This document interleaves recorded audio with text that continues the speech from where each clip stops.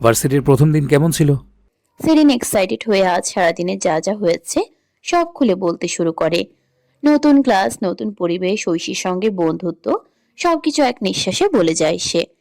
কায়ান নীরবে সবটা শুনল। সেরিনের উৎসুক উচ্ছ্বসিত মুখের দিকে তাকিয়ে তার ঠোঁটে মৃদু হাসি ফুটে উঠল। মেয়েটা ছোট বাচ্চাদের মতো আনন্দে উজ্জ্বল হয়ে সবকিছু খুলে বলছে তাকে। আর কায়ান সে আনন্দটুকু নীরবে নিজের ভেতর ধারণ করে শুনে যাচ্ছে। বাহিরে ঝুম বৃষ্টি, মুষলধারে নেমে আসা বর্ষণ যেন থামার নামই নিচ্ছে না। আকাশ যেন আজ নিজের সমস্ত জমে থাকা ভার একসাথে পৃথিবীর বুকে ঢেলে দিচ্ছে। একটানা বৃষ্টির শব্দে চারদিক কেঁপে উঠছে। মেঘের গর্জন দূর আকাশ থেকে ভেসে এসে প্রকৃতিকে করে তুলছে আরো গভীর, আরো রহস্যময়। এই অবিরাম বর্ষণের মাঝে একটি মাঠের ধারে কায়ানের গাড়িটি নীরবে দাঁড়িয়ে আছে। আশেপাশে আপাতত কেউ নেই। অতিরিক্ত বৃষ্টিপাতের কারণে রাস্তা সাময়িকভাবে বন্ধ করে দেওয়া হয়েছে। চারপাশের পৃথিবী যেন আচমকাই থেমে গেছে। শুধু বৃষ্টি আছে, বাতাস আছে, আর আছে প্রকৃতির উন্মত্ততা। গাড়ির ভেতরে বসে সেরিন মুগ্ধ চোখে বাহিরের বৃষ্টি দেখছে। এত ঘন বৃষ্টি নেমেছে যে সামনে কিছুই স্পষ্ট দেখা যাচ্ছে না। পুরো পৃথিবী যেন সাদা কুয়াশার পর্দায় ঢেকে গেছে। কাচের উপর আছড়ে পড়া বৃষ্টির ফোঁটাগুলো একে অন্যের সঙ্গে মিশে অদ্ভুত সব রেখা আঁকছে। ভেজা মাটির গন্ধ বাতাসে মিশে এক মাদকতা ছড়িয়ে দিচ্ছে। হঠাৎ করেই সেরিন অনুভব করল কায়ানের উষ্ণ নিঃশ্বাস তার মুখে এসে লাগছে। মুহূর্তেই তার বুকের ভেতর ধক করে উঠল। সেরিন ফিরে তাকাতেই দুজনের ওষ্ঠ একে অপরকে ছুঁয়ে গেল। স্পর্শটা এতটাই আকস্মিক, এতটাই অপ্রস্তুত যে সময় যেন এক পলকের জন্য থমকে দাঁড়ালো। সেরিন শতপ্রবৃত্ত হয়ে পিছিয়ে আসতে চাইল, কিন্তু কায়ান তাকে সরে যেতে দিল না। দৃঢ় হাতে তার কোমর জড়িয়ে নিল সে। সে স্পর্শে ছিল অধিকার, ছিল তীব্রতা, ছিল এক নিঃশব্দ দাবি, এমন এক উপস্থিতি যাকে অস্বীকার করা কঠিন। সেরিন আর কিছু বলল না। বাইরে ঝড়ো বৃষ্টি, ভেতরে জমে থাকা অপ্রকাশিত অনুভূতির ঢেউ। কায়ানির দৃষ্টি ক্রমশ গভীর হয়ে উঠছে, যেন তার চোখের অন্ধকারে লুকিয়ে আছে বহুদিনের দমিয়ে রাখা ঝড়। ধীরে ধীরে সে সেরিনকে নিজের আয়ত্তে টেনে নিল। সেরিন চোখ বন্ধ করে রাখলো। তার কাঁপা নিঃশ্বাস, দ্রুত ওঠানামা করা বুক সবকিছুই বলে দিচ্ছে ভিতরে কতটা আলোড়ন চলছে। ঠিক তখনই কায়ান হঠাৎ গাড়ির সিটটা নামিয়ে দিল। আকস্মিক নড়াচড়ায় সেরিন চোখ খুলে তাকালো।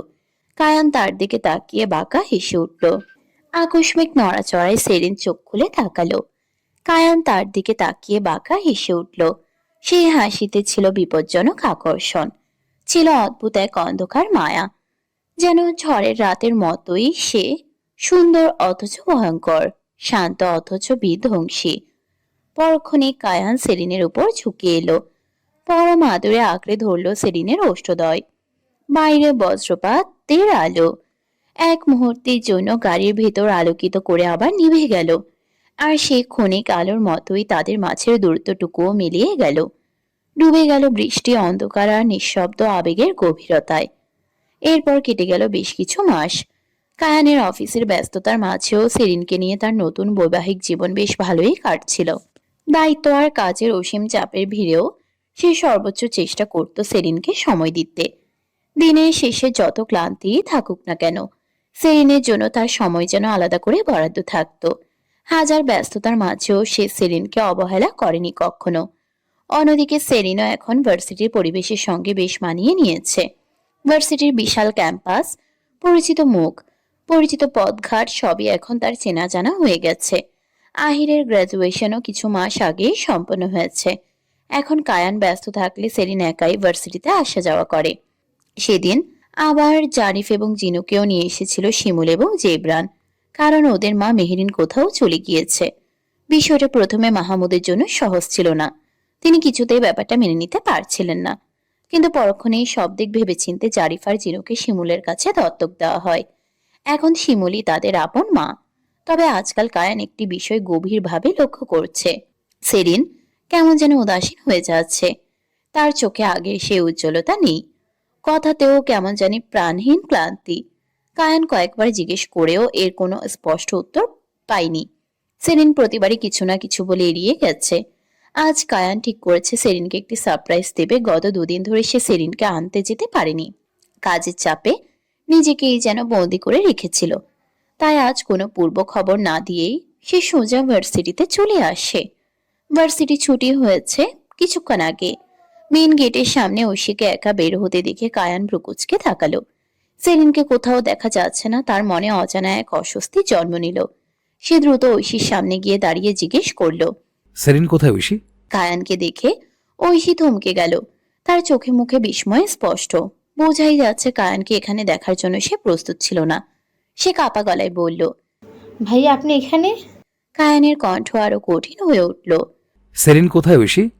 ঐশী স্পষ্টতই নার্ভাস হয়ে পড়েছে। সেদিন তো চলে গিয়েছে, আজ ওর শরীরটা ভালো লাগছিল না। কায়ানের ভ্রু আরো কুঁচকে তাকালো। আসার আগে সে আহিরের সঙ্গে কথা বলে এসেছে, সেরিন বাড়িতে যায়নি। তার চোখের দৃষ্টি মুহূর্তেই তীক্ষ্ণ হয়ে উঠল। মিথ্যে কেন বলছো? সেরিন বাড়িতে যায়নি ঐশী। এবার ঐশীর চোখে মুখে ভয় স্পষ্ট হয়ে উঠল।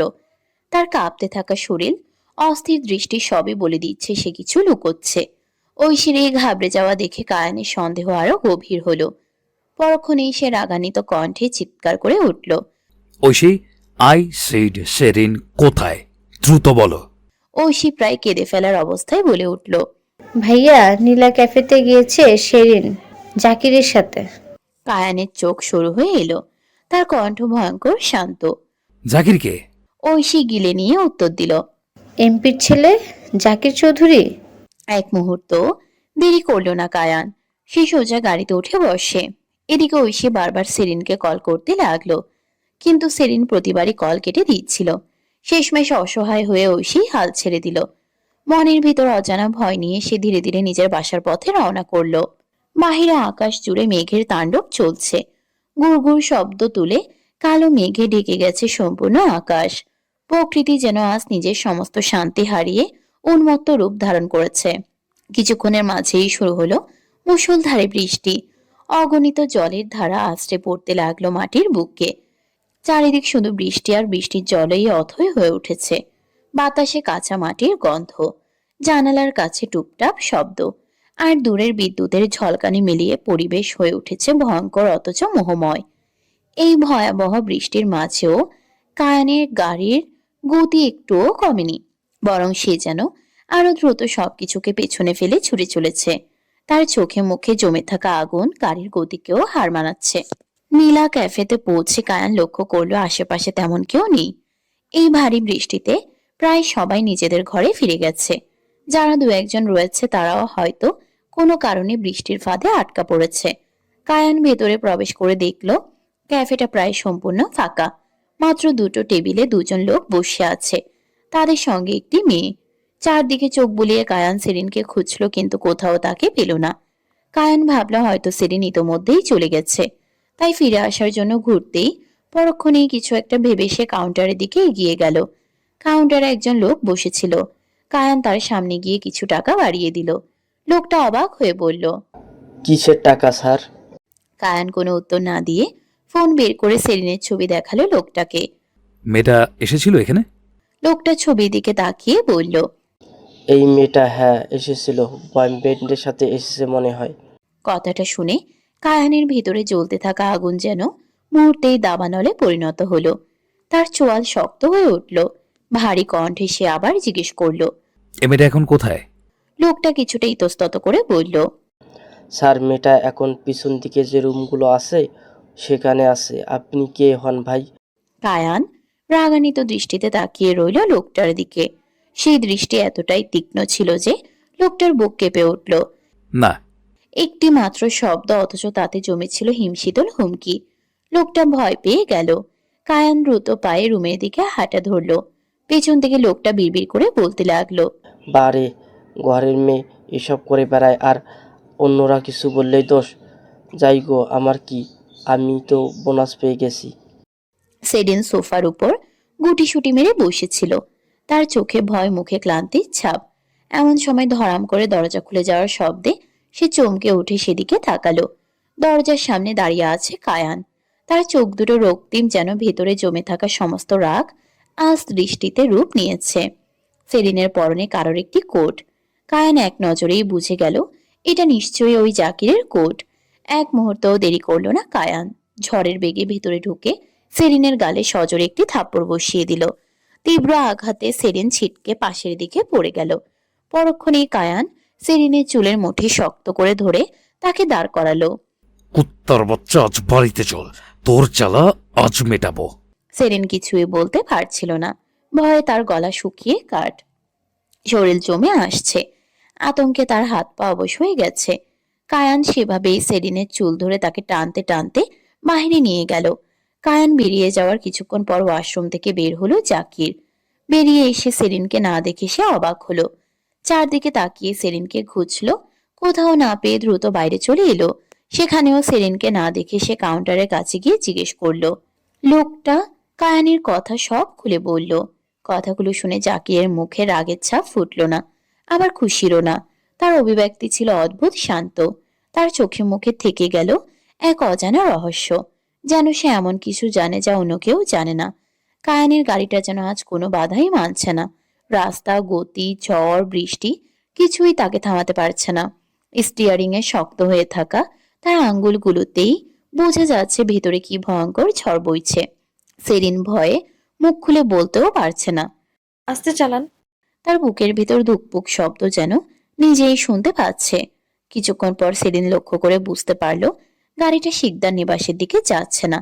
এই পথ অন্য কোথাও নিয়ে যাচ্ছে, অচেনা নিঃশব্দ ভারী এক গন্তব্যের দিকে। অবশেষে কায়ানের গাড়ি এসে থামলো সম্পূর্ণ আলাদা একটি বাড়ির সামনে। চারপাশ অস্বাভাবিক নীরব। শহর থেকে বেশ দূরে বাড়িটা। ছোট হলেও বেশ পরিপাটি করে সাজানো চারিদিকে। সবুজে মোড়া বাড়িটা সেরিনের চেনা নয়, তবে বাড়িটা যে নতুন করে করা হয়েছে এটা দেখেই বোঝা যাচ্ছে। গাড়ি থেকে নেমে কায়ান সেরিনকে টেনে বের করলো। সেরিনের হাত শক্ত করে ধরে তাকে টানতে টানতে ভেতরে নিয়ে গেল। কায়ান সেরিনকে রুমে নিয়ে গিয়ে নির্মমভাবে মেঝেতে ফেলে দিল। সেরিন ভয়ে নিজেকে আরো পিছিয়ে নিল। কায়ানের হাতে একটা ব্যাত। সে সোফায় বসে সেরিনের দিকে এক দৃষ্টিতে তাকিয়ে আছে। সেই দৃষ্টি অস্বাভাবিক স্থির, অস্বাভাবিক ভয়ঙ্কর। সেরিন নিজের পরনের জামাটা শক্ত করে খামচে ধরে রেখেছে। কায়ানের কোকড়া চুলগুলো এলোমেলো হয়ে আছে। কপালে রাগের গভীর ভাঁজ। নেভি ব্লু শার্ট খানিকটা ভিজে শরীরের সঙ্গে লেপ্টে আছে। তবু তার সুদর্শনতা এতটুকুও কমেনি, বরং সেই সৌন্দর্যের মাঝেই আজ এক ভয়াবহ অন্ধকার বাসা বেঁধেছে। কিন্তু সেরিন চোখ তুলে তাকানোর সাহস পাচ্ছে না। কায়ানের ভারী কণ্ঠ ঘর জুড়ে ধ্বনিত হলো। ছেলেটা কে আমাকে বলবি? জাকির, জাকির কে? Varsity senior. কথাটা শুনে কায়ানের মাথা যেন পুরোপুরি নিয়ন্ত্রণ হারালো। সে ঝড়ের মতো এগিয়ে এসে সেরিনকে মেঝে থেকে তুলে আরো দুটো থাপ্পড় বসিয়ে দিল। সেরিনের ঠোঁট কেটে রক্ত পড়তে লাগলো। কেন গেছিলি ওই ক্যাফের ওই রুমে? তোর কি স্বামী নেই? তোর শরীরে এত জ্বালা, তুই আমাকে বলতে পারতি। তুই ওখানে কেন গিয়েছিলি? কথাগুলো বলেই কায়ান আবার চর বসিয়ে দিল সেরিনের গালে। সেরিন যন্ত্রণায় কাতরে উঠল। কায়ানের বুকের আগুন যেন কিছুতেই নিভছে না।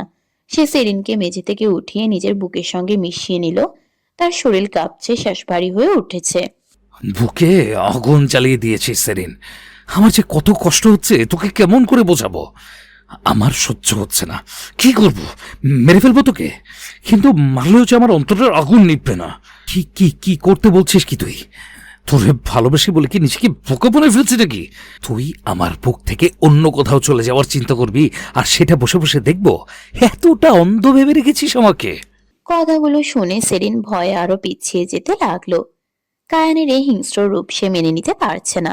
সেরিন কাঁদছে, তার পুরো শরীর কাঁপছে। সেরিনের কান্না শুনে কায়ানের রাগ যেন আরো উন্মত্ত হয়ে উঠল। সে সেরিনকে মেঝেতে ছুঁড়ে ফেলে হাতের বেত দিয়ে আঘাত করতে শুরু করলো। প্রতিটি আঘাতে সেরিনের শরীর যন্ত্রণায় মোচড় দিয়ে উঠছে। ব্যথায় তার নিঃশ্বাস ভেঙে যাচ্ছে। কিন্তু কায়ানের ক্রোধ থামছে না। আঘাতের পর আঘাতে একসময় কায়ানের হাতের বেতটাই ভেঙে দুটুকরো হয়ে গেল। লোকটার শরীর ঘামে ভিজে গেছে। সেই সঙ্গে সেরিনের জ্ঞানও হারিয়েছে। কায়ান স্থির হয়ে তাকিয়ে রইল মেঝেতে পড়ে থাকা জ্ঞানহীন সেরিনের শরীরটার দিকে। রক্তাক্ত হয়ে গেছে মেয়েটা, চুলগুলো মুখের উপর এসে পড়েছে। এই দৃশ্য কায়ান সহ্য করতে পারছে না। তার মাথায় যন্ত্রণা শুরু হয়েছে, সেই সঙ্গে বুকে অস্বাভাবিক ব্যথা। কায়ান পকেট থেকে সিগারেট বের করলো, লাইটার জ্বালিয়ে সিগারেট ধরালো। কায়ানের পা কাঁপছে, সে অবস্থায় সিগারেট টানতে লাগলো সে। তার সামনেই পড়ে আছে সেরিনের নিস্তেজ দেহ, নীরব নিশ্চল ভাঙা, ঘর জুড়ে ধোঁয়া জমছে। আর সেই ধোঁয়ার আড়ালে বসে থাকা কায়ানকে আজ মানুষ কম, নিজের অন্ধকারের কাছে হেরে যাওয়া এক ভয়ঙ্কর ছায়া বেশি মনে হচ্ছে। জারিফ এবং জিনুকে স্কুল থেকে আনার পর শিমুল দুপুরের খাবার রান্না করতে কিচেনে যাচ্ছিল। এমন সময় বানু মির্জা শিমুলকে আওয়াজ দেয়। শিমুল, সেরিন ফেরেনি এখনো? না মা, হয়তো বৃষ্টিতে আটকে গিয়েছে। ভাইয়া তো আজ ওকে নিয়ে কোথাও যাওয়ার কথা। ও হয়তো কায়নের সাথেই আছে। হ্যাঁ। শিমুল চলে যায় রান্নাঘরে। বানু মির্জা লিভিং রুমের সোফায় গিয়ে বসেন। তাকে এক গ্লাস পানি এগিয়ে দেয় উর্মি। বানু মির্জা পানিটা নিয়ে উর্মির দিকে হেসে থাকায় উর্মিও হাসে। তবে উর্মি শিমুলের কথাগুলো সব শুনেছে। উর্মি পানি দিয়ে একটু সরে আসে সবার থেকে। এরপর নিজের ফোনটা বের করে কাউকে কল করে। হ্যালো, ও পাশের কথা শোনা গেল না। কোথায় মেয়েটা? ও পাশ থেকে যা উত্তর এলো তা শুনে উর্মির রাগ যেন বেড়ে গেল। সে দাঁতে দাঁত চেপে বলল, এভাবে চলতে থাকলে কিছু হবে না। দ্রুত সবটা সামলে নাও, না হলে ওনার হাতে পড়ে যাব। উর্মি কথাগুলো বলে কল কেটে দেয় আর কাজে চলে যায় শিমুলকে রান্নায় সাহায্য করতে। সেদিনের দিন পেরিয়ে ধরণী জুড়ে নেমে এলো গভীর রাত। বাইরে তখনও মেঘের গর্জন থামেনি। মাঝে মাঝে তীব্র বজ্রপাত আকাশ চিরে আলো ছড়িয়ে দিচ্ছে। আর সেই আলো ক্ষণিকের জন্য অন্ধকার ঘরটাকে ভৌতিক নিস্তব্ধতায় ভরিয়ে তুলছে। বৃষ্টির শব্দ জানালার কাছ পেয়ে নেমে আসা ফোঁটাগুলোর সাথে এক অদ্ভুত বিষণ্ণ সুর তুলছিল। প্রকৃতিও যেন আজ শোকাহত। আকাশের বুকেও যেন জমে আছে অগণিত না বলা ব্যথা। প্রতিটি মেঘের গর্জন যেন কারো ভাঙা হৃদয়ের আর্তনাদ হয়ে ধ্বনিত হচ্ছে চারপাশে। সেরিন যখন চোখ খুলে তাকালো, তখন নিজের শরীর জুড়ে এক অসম্পূর্ণ তীব্র যন্ত্রণা অনুভব করলো সে। মনে হলো শরীরের প্রতিটি অঙ্গে ব্যথা জমাট বেঁধে আছে। ধীরে ধীরে চোখ মেলে চারপাশে তাকাতেই নিজেকে সেই রুমটাতেই আবিষ্কার করলো। পূর্বের ঘটনাগুলো মনে পড়তেই দু চোখ বেয়ে অঝরে জল গড়িয়ে পড়তে লাগলো। পাশের কাউচে বসে আছে কায়ান। তার সামনে সিগারেটের একটি পুরো প্যাকেট শেষ হয়ে পড়ে আছে, সাথে একটি ওয়াইনের বোতলও প্রায় খালি। লোকটা নেশায় বোধ হয়ে আছে, তবুও সেই নেশার আড়ালেও তার ভেতরের অস্থিরতা স্পষ্ট। সেরিন পাশ ফিরে কায়ানের সেই অবস্থা দেখে উঠে বসতে চাইল, কিন্তু শরীরের যন্ত্রণা যেন তাকে বিছানার সাথেই আটকে রাখতে চাইছে। তবুও কষ্ট করে বিছানা ছেড়ে উঠল সে। কাপা পায়ে ধীরে ধীরে এগিয়ে গেল কায়ানের দিকে। কায়ান মাথা নিচু করে বসেছিল। সেরিন গিয়ে তাকে জড়িয়ে ধরল। কারোর স্পর্শ অনুভব করে কায়ান মাথা তুলল। সেরিনের শরীরের উষ্ণতা অনুভব করতেই সে হঠাৎ শক্ত করে তাকে জড়িয়ে ধরল। তাতে সেরিন শরীরের যন্ত্রণায় কুঁকড়ে উঠল। কায়ান ফুপিয়ে উঠল। সেরিন বুঝতে পারল কায়ান কাঁদছে। সেরিনের দু চোখ বেয়ে অশ্রু গড়িয়ে পড়তে লাগলো। কায়ানের কণ্ঠ ভেঙে এলো। কেন এমন করলি তুই সেরিন? আমি তোকে এত ভালোবাসি, আমি তোকে এত ভালোবাসি। আমি তো মানতে পারছি না। আমার আমার এত কষ্ট হচ্ছে, আমি তোকে কিভাবে বোঝাবো?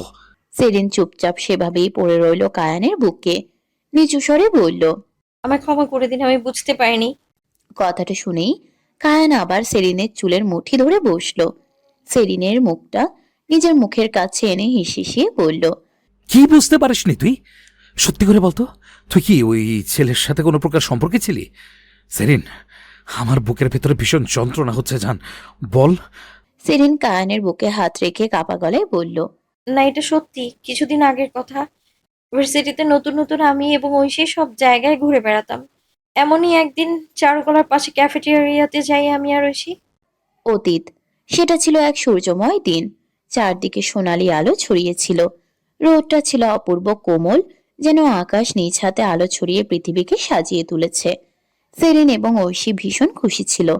চারুকলার পাশের ক্যাফের কফিটা সেরিনের ভীষণ পছন্দ, তাই সুযোগ পেলেই দুজন সেখানে চলে যেত। সেদিনও সেখানে গিয়ে সেরিন এবং ঐশী দেখল কিছু গ্যাং টাইপ ছেলে বসে আছে। দৃশ্যটা দেখে সেরিন ঐশীকে বলল, আজকে তবে যাই, চলো ঐশী। আমার ইচ্ছে করছে না এখন এখানে থাকতে। ঐশী সম্মতি জানিয়ে বলল। সেরিন এবং ঐশী বেরিয়ে আসতে নিতেই সেখানে উপস্থিত হলো জাকির। সে বলে উঠল, আরে আপু, তোমরা কোথায় যাচ্ছ? কারোর জন্য বিরক্ত হলে তাদের বলবো চলে যেতে। সেরিন লোকটাকে দেখে দাঁড়িয়ে গেল, সাথে ঐশীও। দুজন পাশাপাশি দাঁড়িয়ে রইল।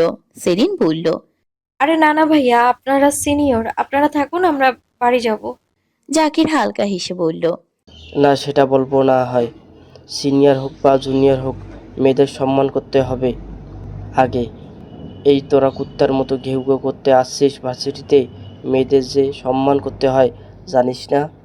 জাকিরের কথা শুনে উপস্থিত সবাই তার দিকে ফিরে তাকালো। জাকিরকে দেখে তার মাথা নুইয়ে সেরিন এবং ঐশীর কাছে ক্ষমা চাইল। সেরিন এবং ঐশী বিস্মিত চোখে একে অপরের দিকে তাকিয়ে রইল। জাকির সেখানে বসে ওদের সাথে কিছুক্ষণ গল্প করলো। এরপর দুজন সেখান থেকে চলে এলো। তারপর থেকে জাকির সবসময় সেরিন এবং ঐশীর আশেপাশেই থাকতো। সেরিন অনেকবার অ্যাভয়েড করতে চাইলেও পারেনি। একটা সময় এসে সেরিনকে জাকিরের সাথে বাইরে যেতেই হলো। ধীরে ধীরে সেরিন নিজের ইচ্ছাতেই জাকিরের সাথে ক্যাফেতে যেতে শুরু করলো। বর্তমান কায়ান স্থির দৃষ্টিতে তাকিয়ে আছে সেরিনের দিকে। সেই দৃষ্টির ভার সইতে না পেরে সেরিন মাথা নুইয়ে নেয়। কায়ানের চোখ জোড়া রক্তিম বর্ণ ধারণ করেছে। চোখের গভীরে জমে আছে অসহনীয় যন্ত্রণা, অভিমান আর অস্থিরতা। কিছুক্ষণ সেরিনের দিকে নির্বাক তাকিয়ে থেকে কায়ান নিজের বুকে হাত রেখে ভাঙা কণ্ঠে বলল, আচ্ছা, আজকে কি হয়েছে আমি সব ভুলে যাব, সব সব ভুলে যাব। আমি কিচ্ছু মনে রাখবো না, আমি সব ভুলে যাব। তুই শুধু আমাকে বল, তুই আমাকে ভালোবাসিস। বাসিস না ভালো জান? তুই আমাকে ভালোবাসিস না? আমার কলিজা চলে যাচ্ছে সেরিন, জ্বলে যাচ্ছে জান, শুধু একবার বল। সেরিন শব্দ করে কেঁদে উঠল। কায়ানের এই ভেঙে পড়া অবস্থা সে সহ্য করতে পারছে না। কায়ানও যেন নিজেকে আর সামলে রাখতে পারছে না। সে বেসামাল হয়ে উঠেছে সম্পূর্ণ। হঠাৎ সে সেরিনের ঘাড় শক্ত করে ধরে মুখটা সামান্য কাত করে নিল। সেরিন অশ্রুসিক্ত নয়নে কায়ানের দিকে তাকিয়ে রইল। চোখে ছিল ব্যথা, অপরাধ বোধ আর গভীর অসহায়তা। কায়ানের কণ্ঠ আরো করুণ হয়ে উঠল। সেরিন, একবার বল তুই আমাকে ভালোবাসিস। আমাকে আর জ্বালাস না, সত্যি বলছি, আমার বুকের এই যন্ত্রণা আমার আর সহ্য হচ্ছে না। সেরিন কাঁপা ঠোঁটে অবশেষে বলল, আমি শুধু আপনাকে ভালোবাসি। কথাটা শোনা মাত্র কায়ান চোখ দুটো বন্ধ করে ফেলল। মনে হলো বুকের ভিতরের ঝড়টা এক মুহূর্তের জন্য থেমে গেছে। সে সেরিনের কপালে ধীরে নিজের কপাল ঠেকিয়ে কিছুক্ষণ গভীর নিঃশ্বাস নিল। যেন এই একটি বাক্যেই সে বেঁচে থাকার কারণ খুঁজে পেয়েছে। এরপর কায়ান সেরিনকে শক্ত করে নিজের বুকে জড়িয়ে ধরল। সে আলিঙ্গনে ছিল ভয়, ভালোবাসা, অধিকার আর হারিয়ে ফেলার আতঙ্ক। সেরিন কিছু বুঝে ওঠার আগেই কায়ান তাকে নিয়ে নিচে বসে পড়ল। দু হাত সেরিনের দুপাশে রেখে ঝুঁকে এলো তার খুব কাছে। দুজনের নিঃশ্বাস এক হয়ে যাচ্ছিল। চোখের ভাষা তখন শব্দের চেয়েও স্পষ্ট। কায়ানের স্নেহ মাখা ব্যাকুলতায় সেরিনের মুখ দু হাতে আগলে নিল। সেরিনও আর কোনো বাধা দিল না, বরং চোখ বুঝে নীরবে নিজেকে সঁপে দিল সেই মুহূর্তের আবেগের কাছে। শরীরে অসহনীয় যন্ত্রণা থাকা সত্ত্বেও সে কায়ানকে বাধা দেয় না। ধীরে ধীরে কায়ান সেরিনের শরীরে থাকা পাতলা ফিনফিনে জামাটাও খুলে ফেলে। সেরিন চোখ বন্ধ করে নেয়। ফ্লোরের ঠান্ডা এবং কায়ানের উষ্ণতা দুই মিলেছে এক বিন্দুতে। কায়ান নিজের শার্টের অবশিষ্ট বোতামগুলোও খুলে ফেলে। শার্টখানা খুলে কোথায় ফেললো বোঝা গেল না, কিন্তু এরপর তার হাত সেরিনের স্পর্শকাতর স্থানে ঘোরাফেরা করতে থাকে। সেরিনের বুক ওঠানামা করতে থাকে অনবরত। তার নিঃশ্বাস ভারী হয়ে এসেছে। কায়ানের স্পর্শ বিদ্যুতের ন্যায় বয়ে যাচ্ছে সেরিনের শরীর জুড়ে। শরীরের যন্ত্রণা উপেক্ষা করে সেরিন কায়ানের স্পর্শে ডুব দিয়েছে। কায়ানের চোখেও তখন পানি। এই পানি তার বুকের তীব্র যন্ত্রণার বহিঃপ্রকাশ। সেরিনের চোখেও পানি। দুজন কাঁদছে, তাদের ভালোবাসা এক। তাদের শরীর, তাদের মন সবই এক, কিন্তু তাও যেন কত দূরত্ব। এই দূরত্ব কবে মিটবে? রাত 10টা। বিছানায় ক্লান্ত শরীর নিয়ে গভীর ঘুমে আচ্ছন্ন সেরিন। তার শরীরে শুধুই একটি চাদর জড়ানো। ম্লান আলোয় ঢাকা ঘরটায় তার শ্রান্ত মুখশ্রী যেন সব ঝড়ের পরে নিস্তব্ধতা। কায়ানের নেশা কেটে গেছে, কিন্তু তার মস্তিষ্ক যেন আর স্বাভাবিকভাবে কাজ করছে না। তার ভিতরে এখন কেবল একটাই অনুভূতি জেগে আছে, জ্বলন্ত ক্রোধ। অন্ধকার, হিমশীতল, ধ্বংসাত্মক ক্রোধ। চোয়াল শক্ত হয়ে আছে কায়ানের। চোখে ঘুম নেই, নেই কোনো কোমলতা। সেই চোখে এখন কেবল জমাট বেঁধে আছে ভয়ঙ্কর অন্ধকার। মনে হচ্ছে তার চারপাশের বাতাসও ভারী হয়ে উঠেছে, যেন ঝড় নামার আগে প্রকৃতি যেমন নিস্তব্ধ হয়ে যায়, কায়ানের চারপাশেও তেমন এক অস্বস্তিকর নীরবতা। ধীরে ধীরে সে টেবিলের উপর রাখা নিজের ফোনটা তুলে নিল। আঙ্গুলের শিরাগুলো স্পষ্ট হয়ে উঠেছে রাগের চাপে। হিমেলকে কল করলো সে। হ্যালো হিমেল। ও পাশ থেকে হিমেলের স্বাভাবিক কণ্ঠ ভেসে এলো। বল ভাই, কেমন আছিস? কায়ানের ঠোঁটে তিক্ত হাসি ফুটল। সে নিচু শীতল কণ্ঠে বলল। পরে বলবো কেমন আছি। এমপি ছেলে জাকির কি চিনিস? হিমেল সঙ্গে সঙ্গে বলল। হ্যাঁ চিনি, সালমামা একটা। কায়ান দীর্ঘশ্বাস ফেলল, কিন্তু সেই দীর্ঘশ্বাসেও ছিল না কোনো কোমলতা, ছিল মৃত্যুর আগের ঠান্ডা হাওয়া। সে বরফ শীতল গলায় বলল। ওই ছেলেকে ধরে বেসমেন্টে নিয়ে আয়। কথাটা শুনে হিমেল সোজা হয়ে বসে পড়ল। কায়ানের কণ্ঠ সে বহুবার শুনেছে, কিন্তু এই কণ্ঠ আলাদা। এই কণ্ঠে মানুষ নয়, শিকারী কথা বলে। কি বলছিস ভাই? কিন্তু ওকে ধরতে গেলে সহজ হবে না কাজটা। কায়ানের চোখে হিংস্র অন্ধকার নেমে এলো। সে ধীরে ধীরে বলল। যা লাগে তাই কর, আমাকে ওর সকল ইনফরমেশন দে। ও কোথায় যায়, কি করে, কেন করে, সব জানতে হবে আমাকে। হিমেল এবার গম্ভীর হয়ে গেল। সে বুঝে গেছে বিষয়টা সাধারণ নয়। কিছু হয়েছে? কায়ান কয়েক সেকেন্ড চুপ রইল। সেই নীরবতাও ভয়ঙ্কর, যেন আগ্নেয়গিরির অগ্নুপাতের আগের মুহূর্ত। অবশেষে সে বলল। পরে বলছে, আগে এই কাজটা কর। কায়ানের শীতল কণ্ঠ শুনে হিমেল আর কোনো প্রশ্ন করল না। সে জানে কায়ান যখন এমন স্বরে কথা বলে, তখন তার সামনে দাঁড়ানো মানেই মৃত্যুর মুখোমুখি হওয়া। কল কেটে যায়। ঘরের ভেতর আবার নেমে আসে ভারী নীরবতা। কায়ান ধীরে মাথা ঘুরিয়ে ঘুমন্ত সেরিনের দিকে তাকালো। মুহূর্তেই তার চোখের ভয়ঙ্কর অন্ধকার আরো গভীর হয়ে উঠল। জাকির নামটা মনে আসতেই তার মুঠি শক্ত হয়ে যায়, হাতের শিরাগুলো ফুলে ওঠে। তার মনের ভিতর একটাই কথা প্রতিধ্বনিত হতে থাকে। যে সেরিনকে ছুঁয়ে দেখার ইচ্ছে করেছে, সেই সাহস দেখিয়েছে। যে তার সেরিনের জীবনে দাগ কেটেছে, সে বেঁচে থাকবে না। কায়ানের ভেতরের অন্ধকার আজ সম্পূর্ণ জেগে উঠেছে, আর সে অন্ধকার কাকে গ্রাস করবে তা সময়ই বলে দেবে। চট্টগ্রাম শিকদার নিবাস, সার্ভেন্ট কোয়ার্টার থেকে বেরিয়ে একটি ভালো রুমেই অবস্থান করছে উর্মি। ঘরে এসে দরজা বন্ধ করে চারিদিকে দেখলো মেয়েটা, যেন নিজের কোনো গোপনীয়তা সে বাহিরে আনতে চলেছে। যখন সে বুঝতে পারলো আশেপাশে কেউ নেই, তখন মাথা থেকে নকল চুলটা আলগা করে ফেললো। সাথে সাথে তার মুখে থাকা নকল মুখোশটাও বেরিয়ে এলো। এতটা চতুরতা এবং কঠিন মেকআপের প্রলেপ দেওয়া যে সামনে থেকেও কেউ বুঝতে পারবে না এটা যে অন্য কেউ। আয়নার সামনে এসে উর্মি মেয়েটা দাঁড়ালে তার আসল রূপ বেরিয়ে আসে। অট্ট হাসিতে ফেটে পড়ে মেয়েটা। শিকদার, কায়ান, মাহবুব, একে একে সব কেড়ে নেবো আমি তোমার থেকে। আমাকে রিজেক্ট করার শাস্তি ধীরে ধীরে পাবে তুমি। মেহেরিন কথা দিলে কথা রাখতে জানে। রাত 12টা বেজে গেছে। কায়ান এবং সেলিনকে নিয়ে ভীষণ উদ্বিগ্ন বানু মির্জা। দুজনের কেউই ফোন ধরছে না, বাড়িতেও ফিরছে না। সারাদিনের মুষলধারের বৃষ্টির পর রাতের দিকে বৃষ্টি অনেকটাই থেমেছে। চারপাশে নেমে এসেছে শীতল কাঁপন ধরানো এক নীরবতা। নিজের কক্ষে বসে বানু মির্জা আহিকে দিয়ে দুজনকেই বারবার কল করালেন, কিন্তু ফলাফল শূন্য। কেউই ফোন ধরল না। মায়ের চোখে মুখে উদ্বেগের গভীর ছাপ দেখে আহি আলতো করে তার হাতে হাত রাখলো। আম্মা বেগম, এত চিন্তা করছেন কেন? ভাইয়া নেই, ভাবিও নেই, নিশ্চয়ই দুজন একসাথে কোথাও গেছে। বানু মির্জা দীর্ঘশ্বাস ফেললেন। যাক না, তাতে আপত্তি নেই, কিন্তু অন্তত আমাদের একটু বলে যাক কোথায় গেছে। আমার খুব চিন্তা হয়। আহি আর কিছু বলতে পারল না। সে জানে মায়ের এই উদ্বেগ নিছক আবেগ নয়, গভীর মমতা। ঠিক তখনই বানু মির্জার ফোন বেজে উঠল। তিনি দ্রুত ফোনটা হাতে নিলেন। স্ক্রিনে কায়ানের নাম্বার দেখে এক মুহূর্তও দেরি না করে কল রিসিভ করলেন। হ্যালো কায়ান। আম্মা বেগম বলেন। বানু মির্জার কণ্ঠে হালকা অভিমান মিশে গেল। বলেন মানে? কোথায় আছি? শেরিন কোথায়? আমার তো খুব চিন্তা হচ্ছে। কায়ান যথাসম্ভব স্বাভাবিক কণ্ঠে বলল।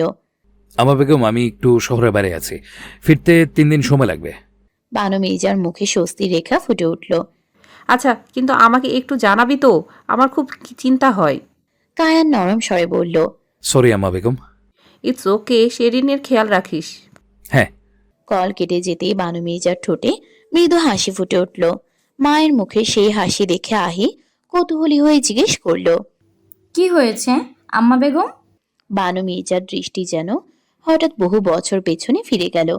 ভাবছি তোর বাবা বেঁচে থাকলে আমাকেও এভাবে নিয়ে হঠাৎ উধাও হয়ে যেত। কক্সবাজারে আমাদের কত স্মৃতি জমে আছে। আহি মিষ্টি করে হাসলো। কায়ান ভাই সত্যিই কত পারফেক্ট, তাই না মা? তার কাছে সব সম্পর্কের মূল্য আছে। আমিও চাই আমার বেটার হাব একদিন আমাকেও এভাবে সমুদ্রের ধারে বেড়াতে নিয়ে যাক। বানু মির্জায় স্নেহ ভরে মেয়ের মাথায় হাত বুলিয়ে দিলেন। অবশ্যই যাবে, আমার মেয়েটা যে ভীষণ লক্ষ্মী। আহি ঠোঁটেও ফুটে উঠল কোমরে হাসি। হঠাৎ দরজায় টোকা পড়ল। বানু মির্জা এবং আহি দুজনেই একসাথে দরজার দিকে তাকালো। সেখানে দাঁড়িয়ে আছে উর্মি, হাতে ওষুধের কোটা। দৃশ্যটা দেখে আহি বিস্মিত হয়ে ভ্রুকুচকে ফেলল। উর্মি, তোমার কাছে আম্মা বেগমের ওষুধের কৌটো কেন? উর্মি ভেতরে এসে মৃদু হাসলো।